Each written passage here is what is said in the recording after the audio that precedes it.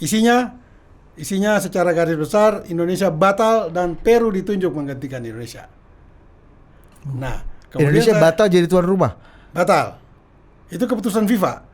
Bukan keputusan pemerintah kita. Tetapi Infantino masih memberikan buying time bagi kita, khususnya Jokowi dan Erick Thohir, untuk bangun komunikasi. Karena mungkin ada keinginan kuat dari presiden kita, Pak Jokowi, untuk tetap Indonesia tuan rumah. Dia kan calon untuk Wapres 2024. Itu dampaknya tidak bagus tentunya. Khususnya untuk masyarakat sepak bola. Gara-gara kau nih, misalnya, bola tidak jadi. Nah, itu nggak boleh terjadi.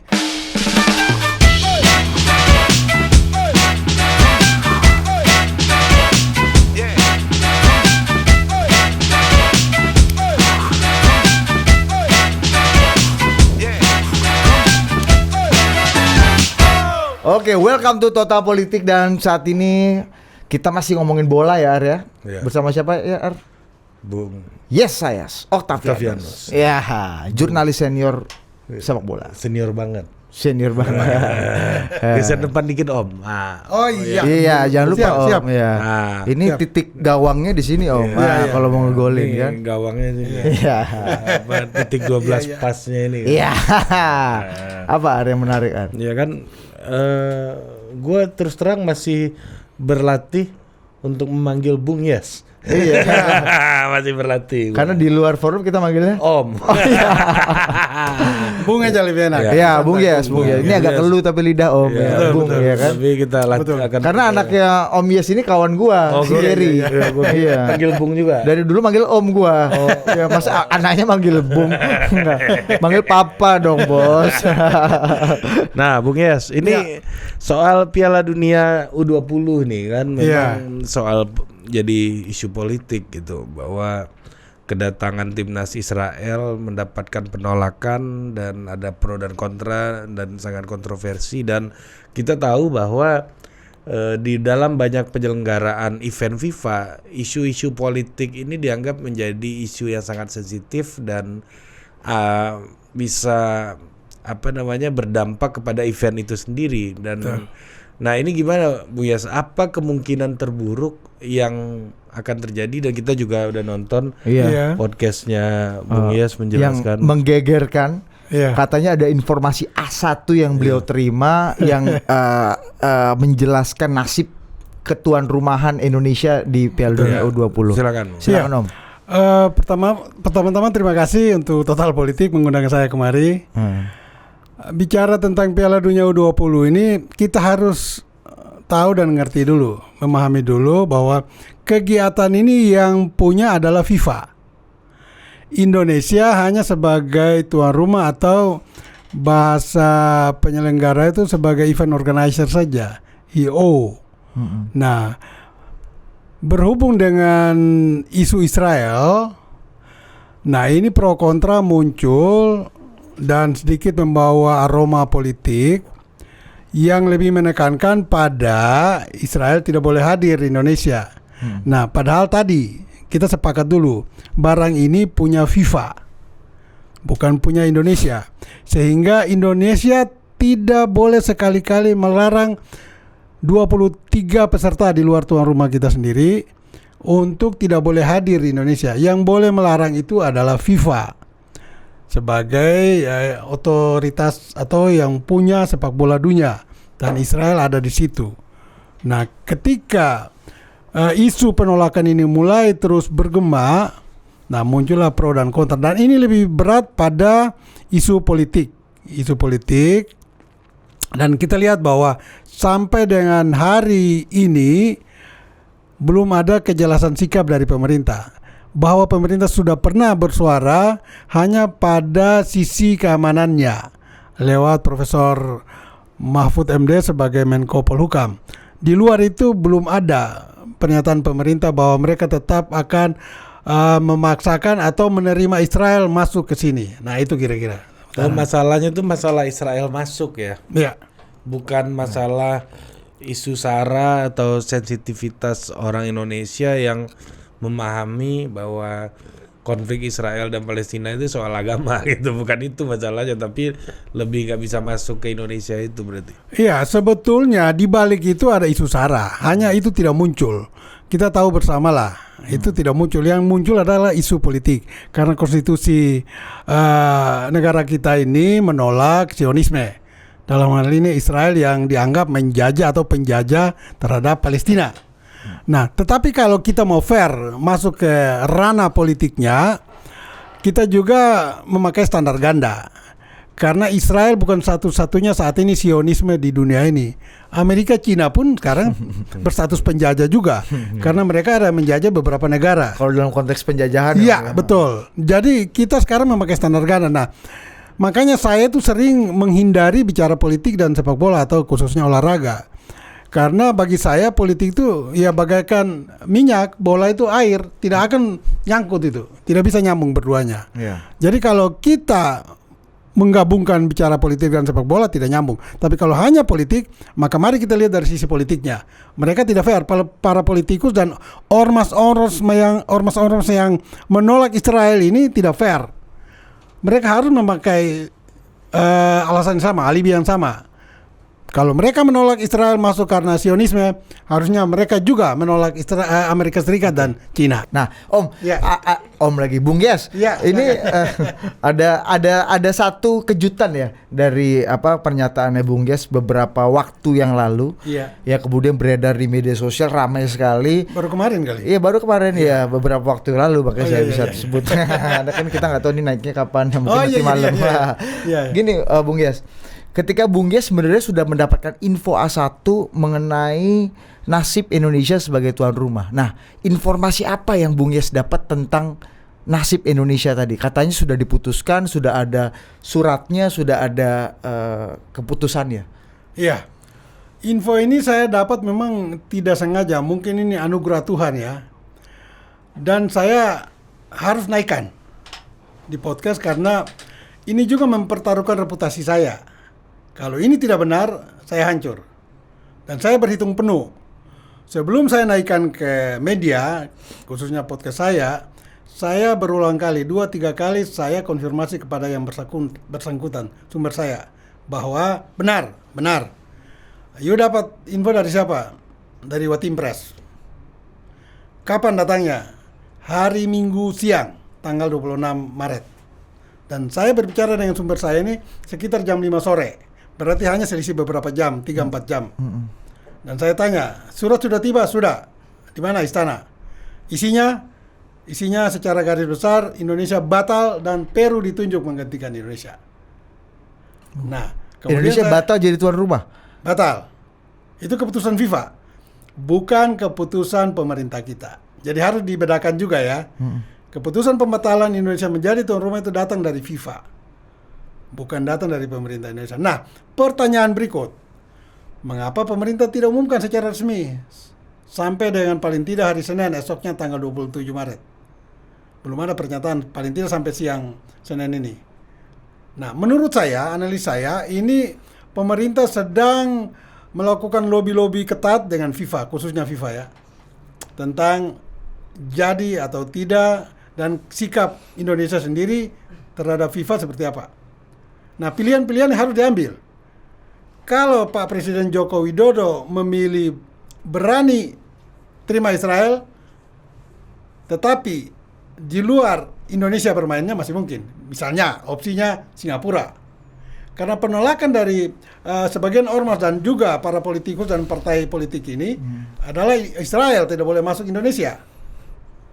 Nah, itu bisa diakalin dengan mengajak Singapura kerjasama. Paling tidak di grup yang Israel tempati harus dimainkan di Singapura. Misalnya, selama Israel masih masih ada terus lewati babak penyisihan grup, tetap main Singapura. Tetapi kalau dia gugur ya selesai. Venue Singapura close. Indonesia berjalan terus. Itu pilihan paling terbaik.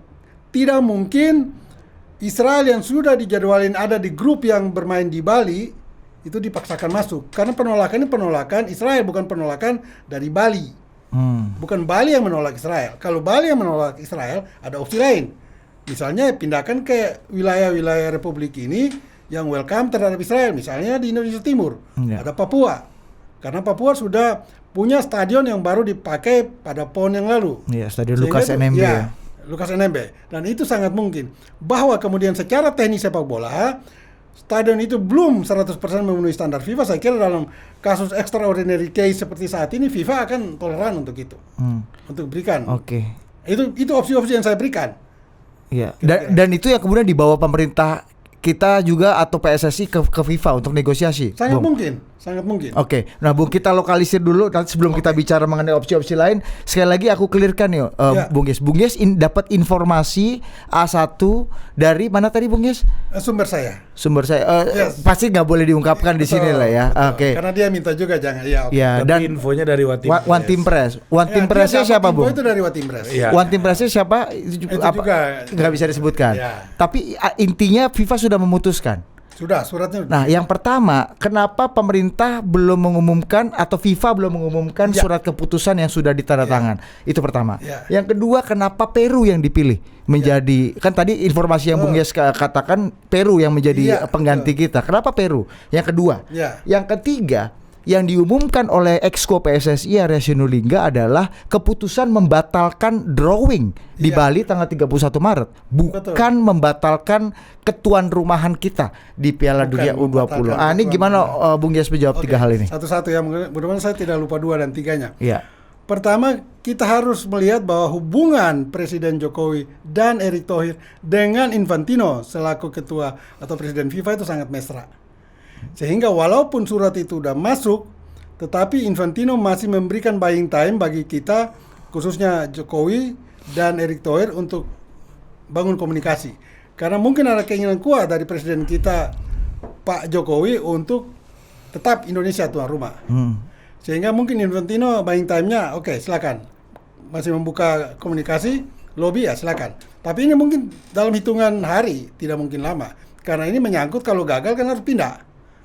Nah itu kira-kira alasannya. Nah yang kedua, alasan kedua tadi. Kenapa Peru? Peru. Begini, Peru itu pada 2019 bersamaan dengan undian penentuan tuan rumah Piala Dunia U17 dan U20 di Shanghai, Cina. Itu dia mendaftar untuk U17 dan dia gol. Kita di U20 kita gol.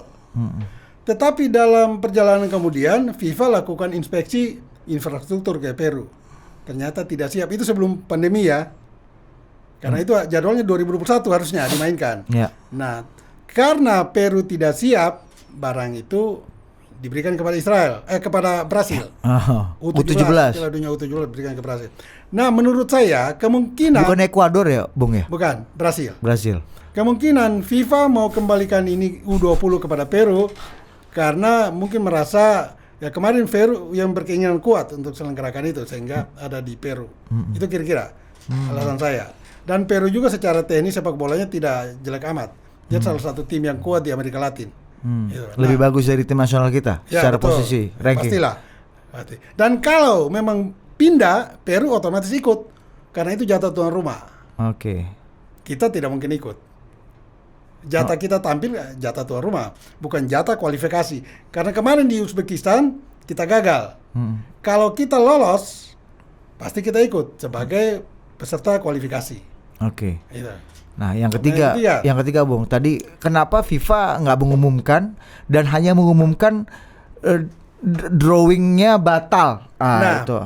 Tadi kita di awal sudah bicara, ini ada unsur politik yang bermain di dalamnya.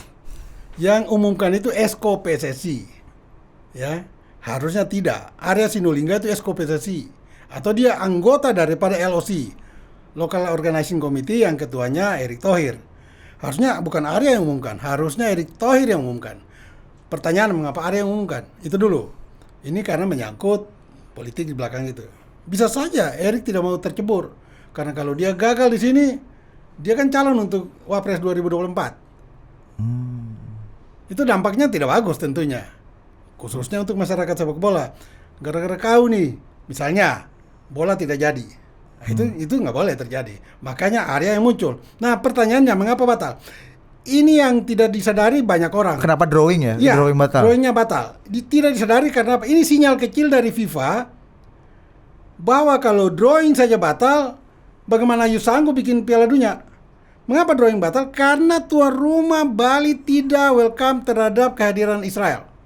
Karena drawing itu harus diikuti oleh seluruh peserta, minimal 2-3 orang. Jadi di luar tuan rumah berarti ada 23 peserta hadir di Bali saat undian, diwakili oleh 2-3 orang. Israel harus hadir. Nah, karena isu penolakan Israel itu sudah gencar di Republik ini dan FIFA monitor itu, sehingga FIFA buruan membatalkan itu. Karena Gubernur Bali kan menolak kehadiran Israel. Bagaimana undian tanpa Israel? Israel harus hadir di undian itu. Oh, drawing itu nggak bisa lewat Zoom gitu, Om, ya? Tidak, harus hadir. Nah, ini warning kecil, sinyal kecil dari FIFA bahwa kalian tidak bisa hadirkan Israel di undian, ya undian tunda sampai kalian bisa hadirkan. Nah, kalau tidak bisa juga ya tentu batal. Ini yang mungkin tidak dibaca oleh kita. Itu poinnya. Jadi pembatalan drawing itu adalah anak tangga pertama menuju kegagalan. Langkah pertama, sinyal kecil itu.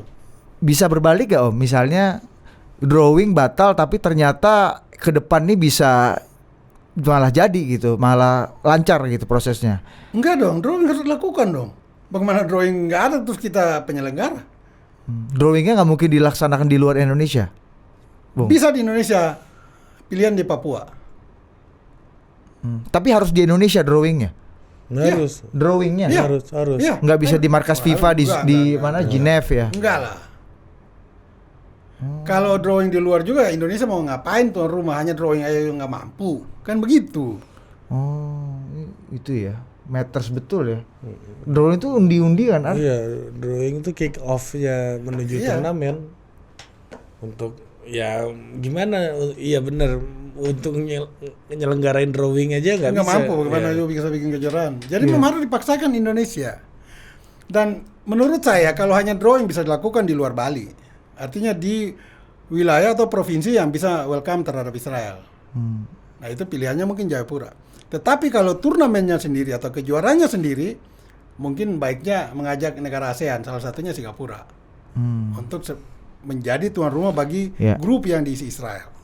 Nah, itu bisa aman itu. Nah, tadi Bung Yes sempat menyinggung soal kedekatan antara Presiden Jokowi, Erick Thohir dan Presiden FIFA Infantino. Nah, artinya kalau seandainya ini gagal, ada nggak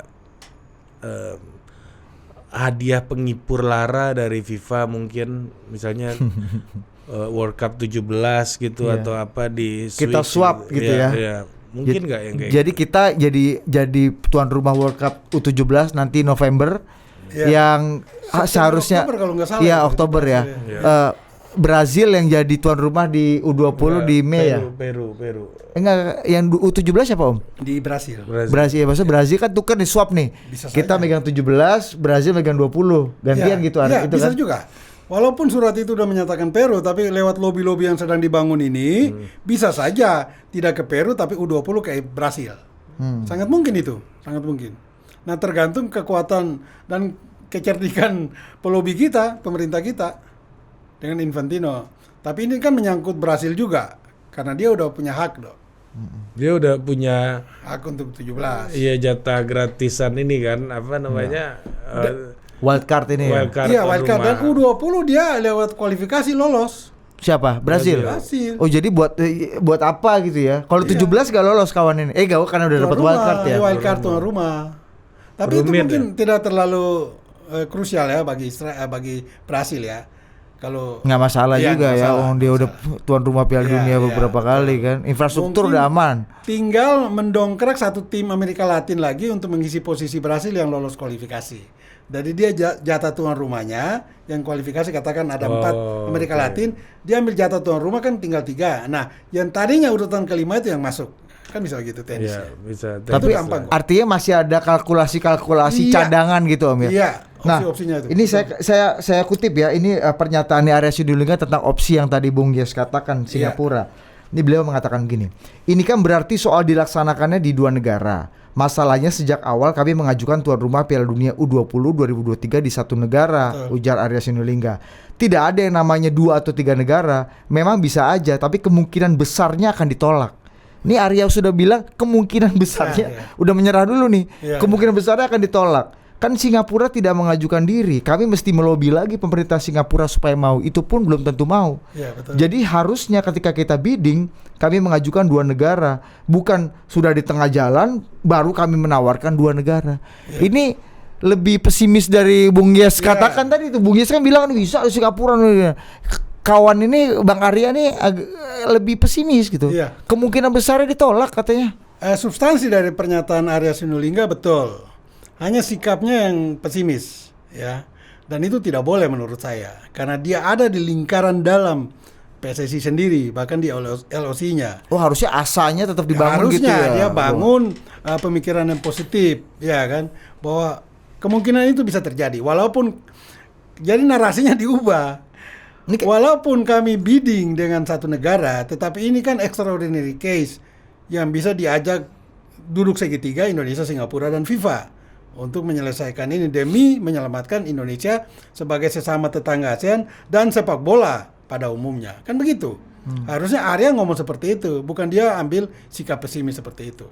Anda lihat ini sikapnya agak pesimis? Ya pesimis. Kalau narasi seperti itu ya narasi pesimis. Tidak mungkin. Dan itu menurut saya keliru besar. Ada kata-kata kemungkinan besar pun akan ditolak gitu. Kemungkinan besar berarti masih ada kemungkinan kecil kan. Iya kan, kemungkinan kecil itu mungkin bisa diterima. Begitu. Nah, terus balik lagi ke penyelenggaraan U20 ini, guys. Ini juga jadi pertanyaan soal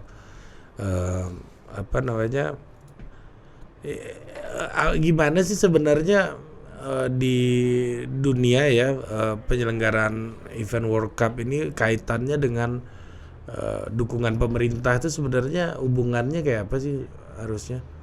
Iya, kalau dukungan pemerintah mulai dari bidding duluan. Jadi FIFA itu ketika mau menunjuk sebuah negara atau sebuah federasi sebagai tuan rumah khusus event sepak bola yang besar, anggap aja Piala Dunia lah. Di luar itu kan multi event, Olimpiade, Asian Games kan. Tapi kalau sepak bola kan satu aja.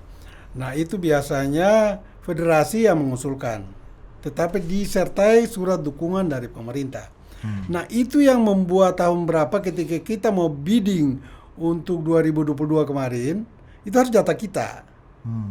Itu 2010 biddingnya itu di Afrika Selatan. Kita sudah ada di rasio mendekati menang. Last minute ditanya dukungan pemerintah, Pak Presiden Yudhoyono SBY tidak mendukung. Tidak ada dukungan surat pemerintah. Sehingga akhirnya hilang peluang itu oleh Hamam, disalib segera Qatar ambil. Itu zaman zaman Nurdin Halid ya? Ya, Nurdin Halid dan Presiden FIFA Sepp Blatter. Padahal kalau hari itu ada dukungan dari pemerintah, selesai kita yang punya itu 2022 kemarin. Piala Dunia itu. Nah, itu jadi menyangkut ke Piala Dunia U20 pun itu di Shanghai memang ada rekomendasi pemerintah untuk mendukung itu. Dan ini salah satu karya Pak Jokowi tentunya, legasinya dia sebelum dia turun. Makanya beliau sekarang dalam posisi yang sangat sulit. Menolak legasinya cacat. Dia menabrak bisa di impeachment. Karena melanggar konstitusi kan. Nah ini sulit betul posisi Pak Jokowi saat ini. Seperti tadi pertanyaan Ari, Bung Yes, bahwa ini kan harusnya risiko yang sudah sangat amat terbaca akan datang gitu ya. Dan harusnya dimitigasi sejak dari awal. Betul. Nah, apa yang luput dari mitigasi PSSI ini menurut Bung Yes sampai akhirnya bisa sekrusial sampai drawing yang tadi kata Anda jadi wajah garda depan, teras depan ini aja udah kurang berhasil. Ini pertanyaan bagus. Ini isu Israel sudah muncul kan sejak 2021 kalau tidak salah. Dia sudah lolos kualifikasi itu. Dan sempat sudah disuarakan oleh ormas garis keras bahwa mereka ketika tahu Israel akan datang ke Indonesia ikut Piala Dunia, mereka sudah layangkan itu isu penolakan. Nah, mitigasi ini yang tidak diantisipasi betul oleh Presiden dan PSSI. Paling tidak mereka bahkan sejak Iwan Bule ya? Ya betul, masih di Pak Muhammad Iriawan. Harus sejak itu mereka sudah melakukan lobby-lobby senyap terhadap ormas-ormas dan partai politik ini terabaikan, terlupakan, atau mereka mungkin merasa yakin saja tidak ada masalah dengan Israel. Nah, ini dimanfaatkan betul oleh mereka-mereka yang berpolitik dan menunggangi sepak bola. Ini bagus itu pertanyaannya. Tidak dilakukan itu pendekatan-pendekatan ke bawah, terutama terhadap partai politik dan ormas-ormas yang menolak. Harusnya Anda lihat itu sangat mungkin bisa dikondisikan tuh. Oh, sangat mungkin, asal itu by proses ya, sudah dilakukan jauh-jauh hari. Kalau sekarang ini sekarang gimana? Kondisinya apakah masih membalikkan kalau ini? Mungkin mereka berpikir gini juga Bung Yas ya. Mereka ini siapa?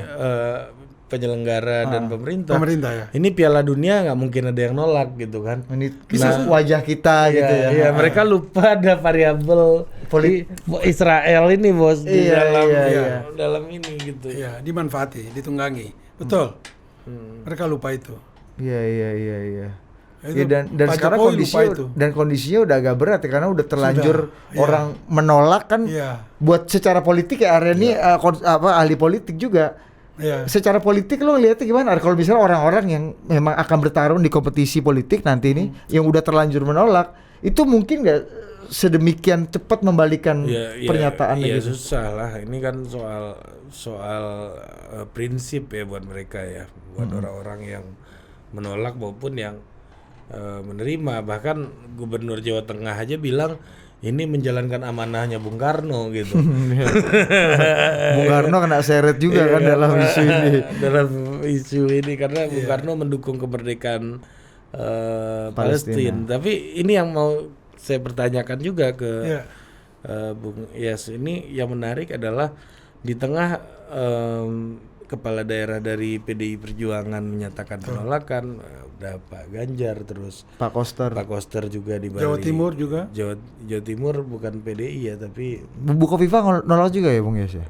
Katanya Pemda Jawa Timur, kata Kofifa atau yang lain. Tapi juga DPRD DKI PDIP nolak. Iya. Om P ini nolak juga ya. Nah, tapi ada orang-orang yang kayak Mas Gibran gitu misalnya. Ya kan PDI juga, tapi bilang coba gua cari ya Mas Gibran ya. Siap gitu untuk menyelenggarakan. Nah, tapi kan ada juga yang yang memberikan dukungan. Apakah yang kayak begini ini juga berpengaruh terhadap pandangan FIFA atau penyelenggaraan sepak bola? Ternyata ada yang dukung juga kok gitu. Masa gara-gara sebagian nggak dukung ini harus dibatalkan gitu? Mungkin dari sudut FIFA dia tidak melihat besar kecil persentasenya dukungan atau menolak terhadap Israel, tapi dia lebih fokus pada pertama security-nya tim peserta. Nah, itu yang dia paling concern di sana, karena asas FIFA itu adalah friendship, respect, dan fair play. Nah, kalau itu tiga itu dilanggar, dia akan serius untuk melawan. Jadi mungkin FIFA tidak melihat besar kecilnya penerimaan atau penolakan, tapi dilihat keselamatannya, keselamatan pesertanya. Dan ini Israel ini, sorry to say, Israel kan negara yang punya lobby yang kuat di dunia ini. Bukan tidak mungkin juga ada lobby-lobby Israel ke Amerika, ke FIFA yang menekan FIFA. Ya pasti mereka juga tidak tinggal diam ya Bung Yas. Iya, sudah pasti. Kawan ini ya. Iya, sudah pasti. Israel jago dalam lobby dan harus kita fair mengakui itu. Iya, itu poinnya. Ini Gibran mengaku siap nih, saya sebagai penyelenggara event memastikan atlet dan semua di Kota Solo aman dan nyaman. Sementara saat ditanya apakah Solo siap menggantikan Bali sebagai tempat penyelenggaraan drawing, jika ada perintah dari PSSI dan Kemenpora, kami siap. Gitu. Saya sedang menunggu berita resmi dari FIFA dan PSSI, kalau boleh lanjut atau tidak kita pakai apa adanya. Artinya Mas Gibran terbuka dengan segala, nggak ada penolakan dan kami siap. Kalau yang lain nggak siap, Bali nggak oke, kami siap. Menjamin aman dan nyaman buat semua peserta katanya. Saya kira dari sisi Gibran mungkin saya tidak melihat di sisi politiknya bahwa dia bagian dari PDIP. Mungkin dia bagian dari sepak bola yang dia omongkan ini, sehingga dia siap untuk menjadi tuan rumah yang baik. Ada kode-kode dari Gibran lain? Ada nggak Bung? Tadi Bung juga di luar sempat katakan tuh soal stadion dan Persis itu gimana? Dari sisi sepak bolanya, Gibran beberapa hari kemarin sudah menyuarakan bahwa Persis Solo silakan memakai Stadion Manahan saat ini untuk berlatih atau bertanding.